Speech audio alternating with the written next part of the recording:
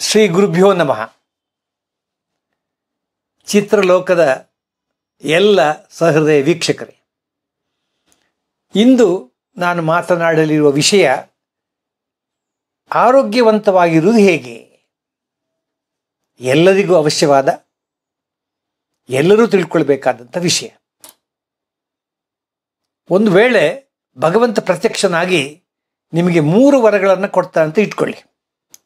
ಒಂದು ಅಷ್ಟೈಶ್ವರ್ಯ, ಇನ್ನೊಂದು ಅತ್ಯುನ್ನತ ಅಧಿಕಾರ, ಮೂರನೇದು ಅತ್ಯುತ್ತಮವಾದ ಆರೋಗ್ಯ. ಆದರೆ ಈ 3ರಲ್ಲಿ ಒಂದೊಂದು ಮಾತ್ರ ಆರಿಸಿಕೊ ಅಂತ ಅವನು ಹೇಳಿದರೆ ನಾವೆಲ್ಲರೂ ಆರಿಸಿಕೊಳ್ಳೋದು ಆರೋಗ್ಯವನ್ನು. ಯಾಕೆ ಹೇಳಿ? ಎಷ್ಟೇ ಅಧಿಕಾರ, ಅಂತಸ್ತು, ಸೊತ್ತು, ಸಂಪತ್ತು ಇದ್ದರೂ ಆರೋಗ್ಯ ಒಂದು ಇಲ್ಲದೆ ಹೋದರೆ ಎಲ್ಲವೂ ವ್ಯರ್ಥ, ಎಲ್ಲವೂ ಅರ್ಥಹೀನ. ಅದಕ್ಕೋಸ್ಕರ ಹಿಂದಿನವರು ಹೇಳಿದರು, ಸಕಲ ಸೌಭಾಗ್ಯಗಳಲ್ಲಿ ಸರ್ವಶ್ರೇಷ್ಠವಾಗಿದ್ದು ಆರೋಗ್ಯ ಭಾಗ್ಯ. ಮನೆಯಲ್ಲಿ ಮೂಟೆ ಮೂಟೆ ಅಕ್ಕಿ ಬಿದ್ದಿದೆ, ಆದರೆ ಒಂದು ತುತ್ತು ಅನ್ನ ಊಟ ಮಾಡೋಂಗಿಲ್ಲ. ಮೂತ್ರ ಸಿಹಿ, ರಕ್ತ ಸಿಹಿ, ಜೀವನ ಕಹಿ, ಆರೋಗ್ಯ ನಹಿ, ಡಯಾಬಿಟಿಸ್. ಏನು ಪ್ರಯೋಜನ? ಡಬ್ಬಿ ಡಬ್ಬಿ ತುಪ್ಪ ಬಿದ್ದಿದೆ, ಒಂದು ಶಬ್ದ ತುಪ್ಪ ತಿನ್ನುವಂಗಿಲ್ಲ, ಕೊಲೆಸ್ಟ್ರಾಲ್ ಪ್ರಾಬ್ಲಮ್. ಏನು ಬಂತು? ತುಪ್ಪ ತಿಂದರೆ ದಪ್ಪ, ಉಪ್ಪು ತಿಂದರೆ BP. ಬರೀ ಸೊಪ್ಪು, ಹಸುಗಳ ಥರ ಬರೀ ಸೊಪ್ಪು ತಿಂದುಕೊಂಡು ಸಾಯಬೇಕು, ಅಥವಾ ಇನ್ನೊಬ್ಬರು ತಿನ್ನೋದು ನೋಡಿ ನಾನು ಸಂತೋಷ ಪಡಬೇಕು. ಇದು ಯಾವ ಸಂತೋಷ? ಅದಕ್ಕೇನೆ ಹಿಂದಿನವರು ಹೇಳಿದರು. ಎಂತ ಹೇಳಿದರು? ಧರ್ಮಾರ್ಥ ಕಾಮ ಮೋಕ್ಷಾಣಂ ಆರೋಗ್ಯಮಂ ಮೂಲಮಂ ಉತ್ತಮಂ. ಯಾವುದೇ ನಮ್ಮ ಚತುರ್ವಿಧ ಫಲ ಪುರುಷಾರ್ಥಗಳನ್ನು ಸಂಪನ್ನಗೊಳಿಸಬೇಕಿದ್ರೆ ಆರೋಗ್ಯವೇ ಬಹಳ ಶ್ರೇಷ್ಠ. ಶರೀರ ಮಾಧ್ಯಮ ಖಲು ಧರ್ಮ ಸಾಧನಂ. Physical fitness is required to achieve anything in life. ಅದಕ್ಕೋಸ್ಕರ ಈ ವಿಷಯವನ್ನು ತೆಗೆದುಕೊಂಡೆ ಬಂಧುಗಳೇ. ಅದಕ್ಕೆ ನೋಡಿ, ಯಾರಾದರೂ ಹಿರಿಯರು ಸಿಕ್ಕಿದಾಗ ಮಾಡುವ ಮೊದಲ ಆಶೀರ್ವಾದ ಏನದು? ಆಯುರಾರೋಗ್ಯ ಪ್ರಾಪ್ತಿ ಮಸ್ತು. ಭಗವಂತ ನಿನಗೆ ಆಯುಷ್ಯ ಆರೋಗ್ಯವನ್ನು ಕೊಡಲಿ. ನಿಮ್ಗೆ ಗೊತ್ತಿದೆ, ಆರೋಗ್ಯ ಇದ್ದು ಆಯುಷ್ಯ ಇಲ್ಲದೆ ಹೋದರೆ, ಅಥವಾ ಆಯುಷ್ಯ ಇದ್ದು ಆರೋಗ್ಯದಲ್ಲಿ ಹೋದರೆ ಎರಡೂ ಬಹಳ ದುಃಖಕರವಾದ ವಿಷಯ. ಅದಕ್ಕೆ ಹಿಂದಿನವರು ಹೇಳ್ತಾ ಇದ್ರು, ಆಯುರಾರೋಗ್ಯ ಪ್ರಾಪ್ತಿ ಮಸ್ತು. ನಿಮಗೆ ಭಗವಂತ ಅದನ್ನು ಮೊದಲು ಕೊಡಲಿ. ಅದಕ್ಕೆ ನೋಡಿ, ನಾವು ಯಾರು ಭೇಟಿಯ ಸಿಕ್ಕಿದಾಗ ಕೇಳುವ ಮೊದಲನೇ ಪ್ರಶ್ನೆ, ಹೇಗಿದ್ದೀರಿ, ಆರೋಗ್ಯವಾಗಿದ್ದೀರಾ? ಅದು ಮೊದಲನೇ ಪ್ರಶ್ನೆ. ಅದಕ್ಕೆ ಕೆಲವರು ತುಂಬ ತಮಾಷೆಯಾಗಿ ಉತ್ತರ ತರಬಿಟ್ಟಿದೆ. ನನಗೆ ಯಾರು ಮೊನ್ನೊಬ್ಬರು ಸಿಕ್ಕಿದ್ರು, ಕೆಲವರಿಗೆ ಇಂಗ್ಲೀಷ್ ಹುಚ್ಚು, ಇಂಗ್ಲೀಷ್ ಭ್ರಮೆ, ಕನ್ನಡ ಗೊತ್ತಿದ್ರು ಕೂಡ ಇಂಗ್ಲೀಷ್ ಹೇಳುವಂಥ ಭ್ರಮೆ. ಅವ್ರಿಗೆ ಕೇಳಿದ್ರೆ ನೀವು ಹೇಗಿದ್ದೀರಿ? ಅವ್ರು ಹೇಳಬೇಕಾಗಿದ್ದು, ಡಾಕ್ಟ್ರೇ ನನಗೆ ಬಾಯಿ ರುಚಿ ಚೆನ್ನಾಗಿದೆ, ಅದು ಸ್ವಲ್ಪ ಮಲಬದ್ಧತೆ ಇದೆ ಅಂತ. ಆ ಮನುಷ್ಯ ಹಾಗೆ ಹೇಳಲಿಲ್ಲ. ಅವ ಹೇಳಿದ, ಡಾಕ್ಟ್ರೇ in going is going, out going is not going. ಇನ್ನೊಬ್ಬರು ಸಿಕ್ಕಿದ್ರು, ಅವರು ಹೇಳಬೇಕಾಗಿದ್ದು ನನ್ನ ಬುದ್ಧಿ ಭದ್ರವಾಗಿದೆ, ನನ್ನ ಹಲ್ಲು ಗಟ್ಟಿಯಾಗಿದೆ, ಸೊಂಟ ನೆಟ್ಟಗಿದೆ ಅಂತ. ಹಾಗೆ ಹೇಳಲಿಲ್ಲ, ಇಂಗ್ಲೀಷ್ ಭ್ರಮೆ ಬೇರೆ. ಅವ್ರು ಹೇಳಿದರು, ಡಾಕ್ಟ್ರೇ ಪುತ್ತೂರೇ, ಐ ಆಮ್ ಮೆಂಟಲಿ, ಡೆಂಟಲಿ, ಗಂಟಲಿ, ಸೊಂಟಲಿ ವೆರಿ ಸ್ಟ್ರಾಂಗ್ ಅಂತ ಅಂದರು. ಈ ಥರ ವಿಚಿತ್ರವಾಗಿ ಹೇಳ್ತಾರೆ. ಅದೇ ರೀತಿಯಲ್ಲಿ ನಮ್ಮ ಕೊನೆಯ ಪ್ರಾರ್ಥನೆ ನೋಡಿ, ಎಂಥ ಅದ್ಭುತವಾದ ಒಂದು ಕೊನೆಯ ಪ್ರಾರ್ಥನೆ. ಹಲ್ಲು ಉದುರುವ ಮುನ್ನ, ಬೆನ್ನು ಬಾಗುವ ಮುನ್ನ, ಮಂಡಿ ಊರುವ ಮುನ್ನ, ಕೋಲು ಊರುವ ಮುನ್ನ ಕರೆದುಕೋ ನನ್ನ. ಇದು ಭಗವಂತನ ಪ್ರಾರ್ಥನೆ. ಅದನ್ನೇ ಸಂಸ್ಕೃತದಲ್ಲಿ ಬಹಳ ಅದ್ಭುತವಾಗಿ ಹೇಳಿದರು, ಅನಾಯಾಸೇನ ಮರಣಂ ವಿನಾ ದೈನ್ಯನ ಜೀವನಂ ದೇಹಾಂತೆ ದವಸಾನ್ನಿಧ್ಯಂ ದೇಹಿಮೇ ಪರಮೇಶ್ವರ. ಅಂದರೆ ಅನಾಯಾಸೇನ, grant me a death without suffering, grant me a life without begging. ಎಂಥ ಅದ್ಭುತವಾದ ಪ್ರಾರ್ಥನೆ. ಆ ಕಾರಣಕ್ಕಾಗಿ ಆರೋಗ್ಯ ಅನ್ನೋದು ಎಲ್ಲರಿಗೂ ಬಹಳ ತಿಳ್ಕೊಳ್ಬೇಕಾದಂಥ ಅತ್ಯವಶ್ಯಕವಾದ ವಿಷಯ. ಮುಂದಿನ ಪ್ರಶ್ನೆ, ಆರೋಗ್ಯ ಅಂದರೆ ಏನು? ಆರೋಗ್ಯ ಎಂದರೆ ಕಣ್ಣಿಗೆ ಕಾಣುವ ರೋಗರುಜಿಗಳು ಇಲ್ಲವೆಂದ ಮಾತ್ರಕ್ಕೊಬ್ಬ ವ್ಯಕ್ತಿ ಆರೋಗ್ಯವಂತನೆಂಬ ಅರ್ಥ ಅಲ್ಲ. ವಿಶ್ವ ಆರೋಗ್ಯ ಸಂಸ್ಥೆಯ ಪ್ರಕಾರ WHO, health is A positive state of physical, mental, moral and social well beingness. ಅಂದರೆ ಶಾರೀರಿಕವಾಗಿ, ಮಾನಸಿಕವಾಗಿ, ಆಧ್ಯಾತ್ಮಿಕವಾಗಿ ಲವಲವಿಕೆಯಿಂದ ಇರುವುದೇ ಆರೋಗ್ಯ. ಅದ್ಭುತವಾದ ಕಲ್ಪನೆ. ಆದರೆ ನಮ್ಮ ರವಿಶಂಕರ್ ಗುರೂಜಿ ಅವ್ರದ್ದು ಒಂದು ಅದ್ಭುತವಾದ ಡೆಫಿನಿಷನ್ ಇದೆ. ಅವ್ರು ಹೇಳ್ತಾರೆ, health is a state of disease free body, stress free mind and sorrow free soul. ಅದ್ಭುತವಾದ ಕಲ್ಪನೆ. ನೋಡಿ, ನಾವು ಅಂದರೆ ಇತರರ ಕಣ್ಣಿಗೆ ಕಾಣುವ ನಾವು ಮಾತ್ರ ಅಲ್ಲ, ಇತರರ ಕಣ್ಣಿಗೆ ಕಾಣದ ನಮ್ಮ ಮನಸ್ಸು, ಅದರೊಳಗೆ ಅಂತರಾಗಿರೋ ಆತ್ಮ, ಇದು 3 ಕೂಡ ಆರೋಗ್ಯವಂತವಾಗಿರಬೇಕು. ದೇಹದ ಆರೋಗ್ಯ ಬೇರೆ, ಮನಸ್ಸಿನ ಆರೋಗ್ಯ ಬೇರೆ, ಆತ್ಮದ ಆರೋಗ್ಯ ಬೇರೆ.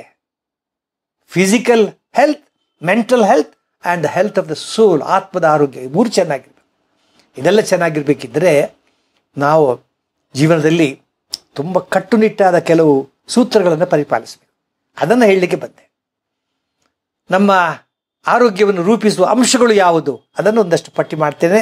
ದಯವಿಟ್ಟು ಅದನ್ನು ನೀವು ಮನನ ಮಾಡಿಕೊಂಡು ನೀವು ಅದನ್ನು ಅನುಷ್ಠಾನಕ್ಕೆ ತಂದದ್ದೇ ಆಗಿದ್ದಲ್ಲಿ ನೀವು ಬಹಳ ವರ್ಷ ಬದುಕಿ ಉಳಿಲಿಕ್ಕೆ ಸಾಧ್ಯ ಇದೆ. ಅದು ಮುಖ್ಯವಾದ ವಿಷಯ. ಒಂದು, ನಮ್ಮ ಆರೋಗ್ಯವನ್ನು ರೂಪಿಸುವ ಅಂಶಗಳ ಪೈಕಿ ಒಂದು ಆನುವಂಶಿಕತೆ, ಅಂದರೆ ಹೆರಿಡಿಟರಿ ಫ್ಯಾಕ್ಟರ್ಸ್. ಇದು ಸತ್ಯ.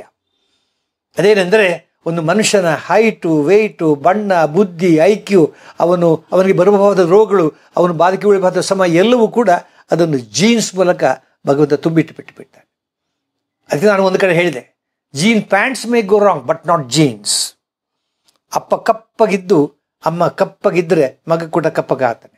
ಏನಾದರೂ ಬೆಳ್ಳಗಾದರೆ ಸಂಶಯಕ್ಕೆ ಕಾರಣ ಆಗುತ್ತೆ. ಅಪ್ಪ ಉದ್ದವಾಗಿದ್ದು ಅಪ್ಪ ಬೆಳಗಿದ್ದು ಉದ್ದ, ಅಮ್ಮ ಉದ್ದಾಗಿದ್ದು ಮಕ್ಕಳು ಉದ್ದ ಹಾಗೆ ಆಗ್ತಾರೆ. ಇದು ಆದರೆ ಒಂದು ಮಾತು ನೋಡಿ, ಅಮ್ಮನಿಗೆ ಡಯಾಬಿಟಿಸ್, ಅಪ್ಪನಿಗೆ ಡಯಾಬಿಟಿಸ್, ನನಗೆ ಡಯಾಬಿಟಿಸ್ ಬರುವಂಥ ಸಂದರ್ಭಗಳು ಬಹಳ. ಆದರೆ ನಾನು ತುಂಬ ಜಾಗರೂಕತೆಯಿಂದ ನಾನು ಡಯಾಬಿಟಿಸ್ ದೂರ ಇಟ್ಟಿದ್ದೆ. ಅದರಲ್ಲಿ ನನ್ನ ಮಕ್ಕಳಿಗೆ ಬರಲೇಬೇಕು ಅಂತಿಲ್ಲ. This is called as the mutation of the jeans. ಅದಕ್ಕೋಸ್ಕರ ನಾವು ಅದನ್ನು ಕೂಡ ಸ್ವಲ್ಪ ಸರಿಪಡಿಸಿಕೊಳ್ಳ. ಒಂದು. ಎರಡನೇದು ಆಹಾರ, the food that decides our health. ಏನನ್ನು ತಿನ್ನಬೇಕು, ಏನನ್ನು ತಿನ್ನಬಾರ್ದು, ಎಷ್ಟು ತಿನ್ನಬೇಕು, ಯಾವಾಗ ತಿನ್ನಬೇಕು, ಹೇಗೆ ತಿನ್ನಬೇಕು ಅನ್ನೋ ಪರಿಜ್ಞಾನವೇ ಆಹಾರದಾಗಿರಬೇಕಾದಂತಹ ಗಮನ. ಅದರಲ್ಲಿ 4 ಅಂಶಗಳು. ಒಂದು, ಆಹಾರದ ಪ್ರಮಾಣ, the quantity of the food. ಹೌದು, ಬೆಳೆಯುವ ಮಕ್ಕಳಿಗೆ ಹೆಚ್ಚಿನ ಪ್ರಮಾಣದ ಆಹಾರ ಬೇಕು. ಕ್ರೀಡಾಪಟುಗಳಿಗೆ, ಗರ್ಭಿಣಿ ಸ್ತ್ರೀಯರಿಗೆ, ಹಾಲುಣಿಸುವ ತಾಯಂದಿರಿಗೆ, ಕೂಲಿ ಕಾರ್ಮಿಕರಿಗೆ ದೊಡ್ಡ ಪ್ರಮಾಣದ ಆಹಾರ ಬೇಕು. ಆದರೆ ಏನನ್ನೂ ಕೆಲಸವನ್ನು ಮಾಡಿದಂತಹ ಕುಳಿತಲ್ಲೇ ಇರತಕ್ಕಂತಹ ವೈಟ್ ಕಾಲರ್ಡ್ ಪೀಪಲ್ ಇದ್ದಾರಲ್ಲ, ಇವರಿಗೆ ಆಹಾರದ ಪ್ರಮಾಣದಲ್ಲಿ ಇತಿಮಿತಿ ಇರಬೇಕು. Quantity should be controlled. ಕೆಲವರಿಗೆ ಏನಪ್ಪ ಅಂದರೆ ಊಟ ಶುರು ಮಾಡೋದು ಗೊತ್ತು, ಅದನ್ನು ನಿಲ್ಲಿಸಲಿಕ್ಕೆ ಬರೋಲ್ಲ. ಅದು ಹಬ್ಬ ಹೇಳಿಕೊಟ್ಟಿದ್ದಷ್ಟೇ. ಹಾಗಾಗಿ ಪ್ರಮಾಣದಲ್ಲಿ ನಾವು ಅದನ್ನು ಕಂಟ್ರೋಲ್ ಮಾಡಿ ಇಟ್ಕೊಳ್ಬೇಕು. ಇಲ್ಲವಾದರೆ ಅದು ಬೊಜ್ಜಿನ, ನಮ್ಮ ದೇಹದಲ್ಲಿ ಒಂದು ಬ್ಯಾಂಕ್ ಇದ್ದಾಗೆ ಸರ್. ಬ್ಯಾಂಕಲ್ಲಿ ನೀವು ಹಣ ಡ್ರಾ ಮಾಡುವ ಕಡಿಮೆ ಮಾಡಿಬಿಟ್ಟು ಡೆಪಾಸಿಟ್ ಮಾಡೋದು ಜಾಸ್ತಿ ಆದರೆ ಬ್ಯಾಂಕ್ ಬ್ಯಾಲೆನ್ಸ್ ಜಾಸ್ತಿ ಆಗುತ್ತಲ್ವ. ಅದೇ ಥರ ನಮ್ಮ ದಿನನಿತ್ಯ ಬೇಕಾದ ಕ್ಯಾಲರಿಕ್ಕಿಂತ ಮಿಕ್ಕಿದಾದ ಆಹಾರವನ್ನು ನಾವು ಸೇವನೆ ಮಾಡಿದರೆ ಅದು ಬೊಜ್ಜಿನ ರೂಪದಲ್ಲಿ ಅದು ದೇಹದಲ್ಲಿ ಶೇಖರಗೊಳ್ಳುತ್ತೆ. ನಾನು ಒಂದು ಕಡೆ ಬರೆದೆ, ಗೆಜ್ಜೆ ಹೆಜ್ಜೆಗೆ ಅಂದ, ಲಜ್ಜೆ ನಾರಿಗೆ ಅಂದ, ಅಜ್ಜ ಅಜ್ಜಿಗೆ ಅಂದ, ಅಜ್ಜಿ ಅಜ್ಜಗೆ ಅಂದ, ಬೊಜ್ಜು ಯಾರಿಗೆ ಅಂದ? ಅವನಿಗೂ ಬಾರ, ಭೂಮಿಗೂ ಬಾರ. ಹಲವಾರು ರೋಗಗಳಿಗೆ ಅದು ಎಡೆ ಮಾಡಿಕೊಡುತ್ತೆ. ಮೊನ್ನೆ ಯಾರೋ ನನ್ನನ್ನು ಕೇಳಿದರು, ಪುತ್ತೂರೇ ನನ್ನ ಶ್ರೀಮತಿಯವರು ಸ್ವಲ್ಪ ದಪ್ಪಾಗಿ ಬಿಟ್ಟಿದ್ದಾರೆ. ಹೌದಾ, ಎಷ್ಟು ವರ್ಷ ಈಗ ಅವರಿಗೆ? Middle age. ನಾನು ಹೇಳಿದೆ, middle age the middle of the body grows ಅಂತಂದೆ. ಆಮೇಲಿಂದ ನಾನು ಕೇಳಿದೆ, ತಪ್ಪಾಗಿದ್ದಾರೆ. ಹೌದು, ಏನು ಕಾರಣ ಇರ್ಬೋದು? ಅದಕ್ಕೆ ನಾನು ಹೇಳಿದೆ ನೋಡಿ, ತಮಾಷೆಯಾಗಿ ಹೇಳಿದೆ ನೋಡಿ, ಒಂದು ಹುಡುಗಿಯನ್ನು ಮದುವೆ ಆಗುವಾಗ ಕೇವಲ ಅವಳ ಗೋತ್ರವನ್ನು ಕೇಳಬಾರದು, ಅವಳ ಗಾತ್ರವನ್ನು ನೋಡಬೇಕು ಅಂತಂದೆ. ಮುಖ್ಯವಾಗಿ ಅವಳ ಅಮ್ಮನ ಗಾತ್ರ ನೋಡಬೇಕು, ಹೆರಿಟರಿಯಾಗಿ ಬಂದುಬಿಡುತ್ತೆ. ಅದಕ್ಕೋಸ್ಕರ ಆಹಾರ ಪ್ರಮಾಣ ಭಾಳ ಮುಖ್ಯ. ಅದನ್ನು ಹಿಡಿದು ಬದುಕಬೇಕು. ಯಾಕಂದ್ರೆ ನಾಲಿಗೆಗೆ 2 ಚಪಲಗಳು, ಒಂದು ಮಾತಿನ ಚಲಪ, ಒಂದು ತಿನ್ನುವ ಚಪಲ. ಕೆಲವರು ಇತಿಮಿತಿಲ್ಲ ತಿಂದು ಬಿಡ್ತಾರೆ, ಆಮೇಲೆ ಬೊಜ್ಜಾಗಿ ಬಂದು ಅದು ಸರಿಸ್ಬಿಡುತ್ತೆ. ಅದು ಆಹಾರದ ಪ್ರಮಾಣ. ಎರಡನೇದು ಆಹಾರದ ಗುಣಮಟ್ಟದ quality of the food. A mountain of rice and river of ರಸಂಬರ್ is not a balanced diet. ನಮ್ಮ ದೇಹಕ್ಕೆ ಬೇಕಾದಂತಹ ಪಿಷ್ಟ, ಸಸಾರಜನಕ, ಕೊಬ್ಬು, proteins, carbohydrates, proteins and fat, minerals ಅಂದರೆ ಲವಣಗಳು, ಆಮೇಲೆ ಜೀವಸತ್ವಗಳು, ವೈಟಮಿನ್ಸ್, ಆಮೇಲೆ ಶುದ್ಧವಾದ ನೀರು, ಇವೆಲ್ಲ ಕೂಡ ಸಮ ಪ್ರಮಾಣದಲ್ಲಿ ಇರಬೇಕು. That is called as A ಸಮತೋಲನ ಆಹಾರ. ನಮ್ಮಲ್ಲಿ ಹೆಚ್ಚಿನವರಿಗೆ ಅದು ಇರುವುದಿಲ್ಲ. ಅದನ್ನು ಕ್ವಾಲಿಟೀಸ್ ಆಲ್ಸೋ ಅದನ್ನು ಮೇಂಟೈನ್ ಮಾಡಬೇಕು. ಮುಂದೆ ನಾವು ಯಾವಾಗ ಊಟ ಮಾಡಬೇಕು? ಕೆಲವರು ಆಗಾಗ ತಿಂತ ಇರ್ತಾರೆ. That's also not a good habit. ಹಸಿವಾದಾಗ ಮಾತ್ರ ತಿನ್ನಬೇಕು. When to eat is also we should know. ಅಕಾಲದಲ್ಲಿ ತಿನ್ನಬಾರದು, ಸಕಾಲದಲ್ಲಿ ತಿನ್ನಬೇಕು. ಕೆಲವರು ಹೊತ್ತಲ್ಲಿ ಊಟ ಮಾಡ್ತಾರೆ. ಅದು ಬೆಳಗಿನ ಉಪಹಾರ 12 ಗಂಟೆ ತಗೊಳ್ತಾರೆ, ಮಧ್ಯಾಹ್ನದ ಊಟ 6 ಗಂಟೆ ತಿಂತಾರೆ, ರಾತ್ರಿ ಊಟ 2 ಗಂಟೆ ತಿಂತಾರೆ. Absolutely not good. ಒಂದು ಬಯಾಲಜಿಕಲ್ ರಿದಮ್ತಿದೆ. ಅದಕ್ಕೋಸ್ಕರ ಅದರ ಸಕಾಲದಲ್ಲಿ ಮಾಡಬೇಕು.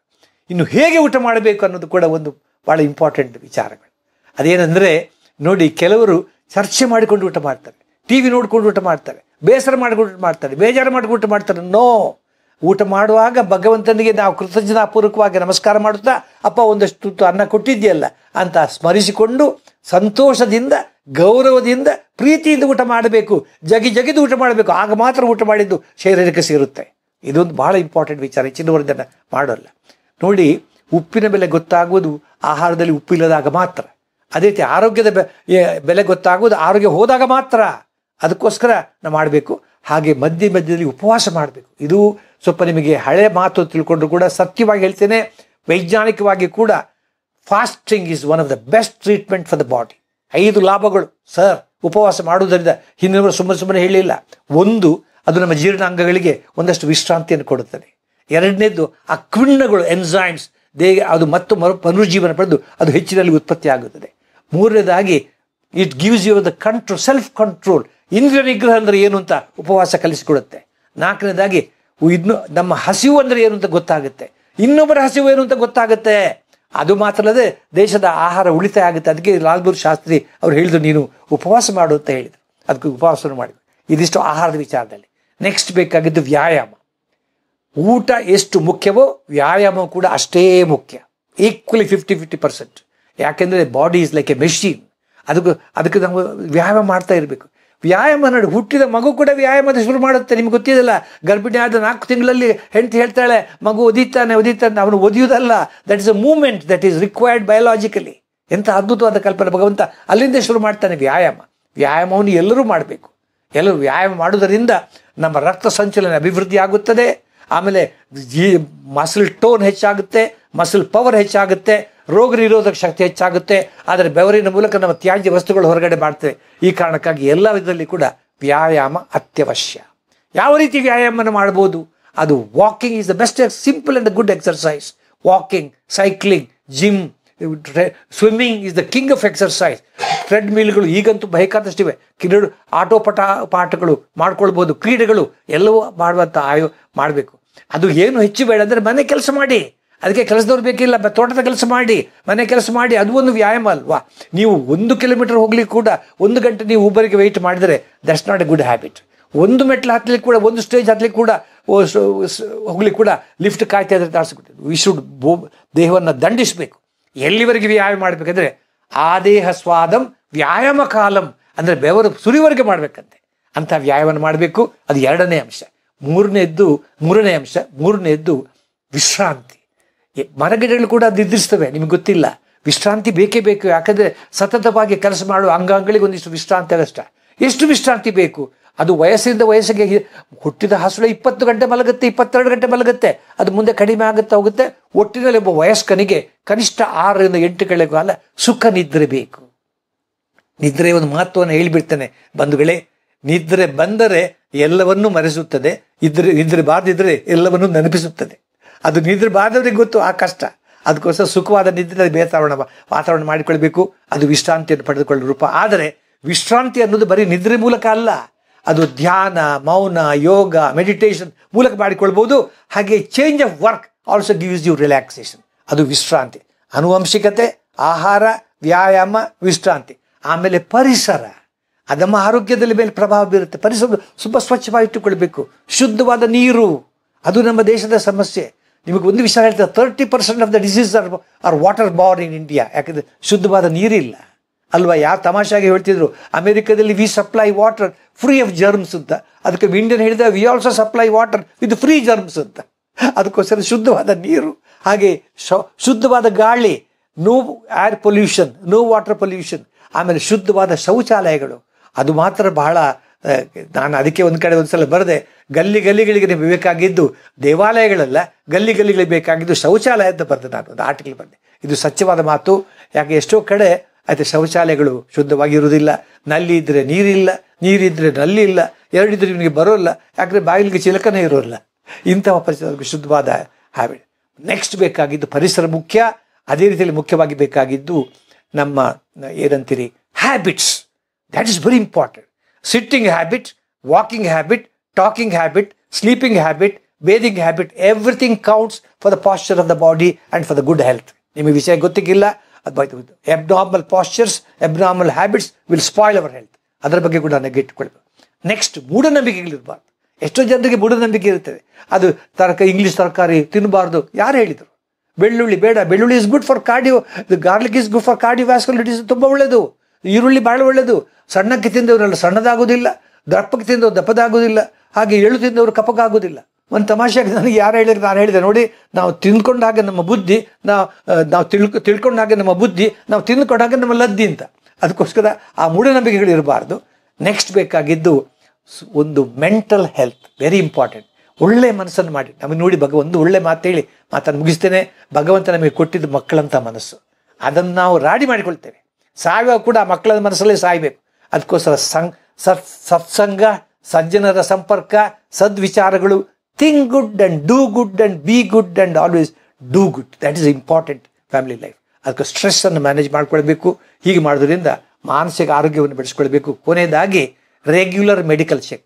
ನಮ್ಮ ದೇಶದ ದುರಂತ ಅಂದರೆ ಏನಂದರೆ, ನಾವು ರೋಗ ಬಂದರೆ ಮಾತ್ರ ಈ ಜನರಲ್ಲಿ ಡಾಕ್ಟ್ರಲ್ಲಿ ಹೋಗೋದಿಲ್ಲ. ರೋಗ ಬಂದರೆ ಒಂದು ಪುರೋಹಿತರ ಹತ್ರ ಹೋಗ್ತಾರೆ, ಇಲ್ಲದ್ರೆ ಜ್ಯೋತಿಷ ಹತ್ರ ಹೋಗ್ತಾರೆ. ಅವ್ರು ಹೋಗಬೇಕಾಗಿದ್ದು ಡಾಕ್ಟರ್ ಹತ್ರ. ಅದಕ್ಕೋಸ್ಕರ ನಾವು whether we have a disease or no, once in a year a complete medical checkup. Specially ನಮ್ಮದೊಂದು ECG, ನಮ್ಮದೊಂದು ಬ್ಲಡ್ ಚೆಕಪ್, ನಮ್ಮದು ಯೂರಿನ್ ಚೆಕಪ್ಪು ಹಾಗೆ ಮಾಡಿಕೊಂಡ್ರೆ ಎಷ್ಟೋ ರೋಗಗಳು ಫಸ್ಟ್ ಸ್ಟೇಜಲ್ಲಿ ಗೊತ್ತಾಗೋಲ್ಲ, ಸೆಕೆಂಡ್ ಸ್ಟೇಜಿಗೆ ಮೇಲೆ ಗೊತ್ತಾಗುತ್ತೆ. ಅಷ್ಟೊತ್ತಿಗೆ ಲೇಟ್ ಆಗಿರ್ತದೆ. For example cancer. ಅದಕ್ಕೋಸ್ಕರ ಅದು ನಮಗೆ ಆರೋಗ್ಯ ಇಲ್ಲದಿರಲಿ. ಈಗ ಜಪಾನಲ್ಲಿ ನಾನು 2 ವರ್ಷ ಇದ್ದೆ. It was compulsory mandatory for anybody to get the bed, otherwise they get no increment, no salary. ಅದಕ್ಕೋಸ್ಕರ ವರ್ಷಕ್ಕೆ 1 ಬಾರಿ ಆದರೂ ಕನಿಷ್ಠ ಪಕ್ಷ ವಯಸ್ಸಾದ ಮೇಲೆ ಆಗಾಗ ಆ ಆರೋಗ್ಯ ಯುವಕರು ಅದು ವರ್ಷಕ್ಕೆ 1 ಸಾರಿ ಆದರೂ ಅವರು ಮೆಡಿಕಲ್ ಚೆಕಪ್ ಮಾಡಿಕೊಂಡು ನಾನು ಏನಿದ್ದೇನೆ, ಹೇಗಿದ್ದೇನೆ ಅನ್ನುವಂಥ ಒಂದು ಫಸ್ಟ್ ಹ್ಯಾಂಡ್ ಇನ್ಫಾರ್ಮೇಷನ್ ಅವರು ಇಟ್ಕೊಂಡು ಅದೇ ರೀತಿಯಲ್ಲಿ ತಮ್ಮ ಜೀವನ ಲೈಫ್ ಸ್ಟೈಲನ್ನು ಮುಂದುವರಿಸಬೇಕು ಅಂತ ಹೇಳುತ್ತಾ, ಇಷ್ಟು ಮಾಡಿದರೆ ಈಗಿನ ಕಾಲದಲ್ಲಿ, ಹಿಂದಿನ ಕಾಲದಲ್ಲಿ ಮಕ್ಕಳನ್ನು ಕರ್ಕೊಂಡು ಹೆತ್ತವರನ್ನು ಕರ್ಕೊಂಡು ಮಕ್ಕಳೇ ಆಸ್ಪತ್ರೆಗೆ ಬರ್ತಾ ಇದ್ರು. ಈಗ ಮಕ್ಕಳನ್ನು ಕರ್ಕೊಂಡು ಹೆತ್ತವರೇ ಆಸ್ಪತ್ರೆಗೆ ಬರ್ತಾ ಇದ್ದಾರೆ ಅಲ್ವೇ. ಈಗ ಏನಾಗಿದೆ ಅಂದರೆ 20 ವರ್ಷಕ್ಕೆ ಒಳ್ಳೆಯ ಫಿಗರು, 30 ವರ್ಷಕ್ಕೆ ವಿಗರು, 40 ವರ್ಷಕ್ಕೆ ಯೂರಿನಲ್ಲಿ ಶುಗರು, 50 ವರ್ಷಕ್ಕೆ ಹೈ ಬ್ಲಡ್ ಪ್ರೆಷರು, 60 ವರ್ಷಕ್ಕೆ ಡಮಾರ್. ಈ ನೋಡ್ತಿದ್ರೆ ಎಷ್ಟು ಯುವಕರು ಸಾಯ್ತಾ ಇದ್ರಿ. ಹೀಗಾಗಬಾರ್ದು ದೃಷ್ಟಿಯಿಂದ ನಿಮಗೆಲ್ಲರಿಗೂ ಆದಂಥ ಸುಖ, ಒಳ್ಳೆಯ ಆರೋಗ್ಯವನ್ನು ಭಗವಂತ ನೀಡಲಿ. ಅದಕ್ಕೆ ನಮ್ಮ ಪ್ರಯತ್ನವೂ ಇರಲಿ ಅಂತ ಹೇಳುತ್ತಾ ಎಲ್ಲರಿಗೂ ಶುಭವಾಗಲಿ. ನಮಸ್ಕಾರ.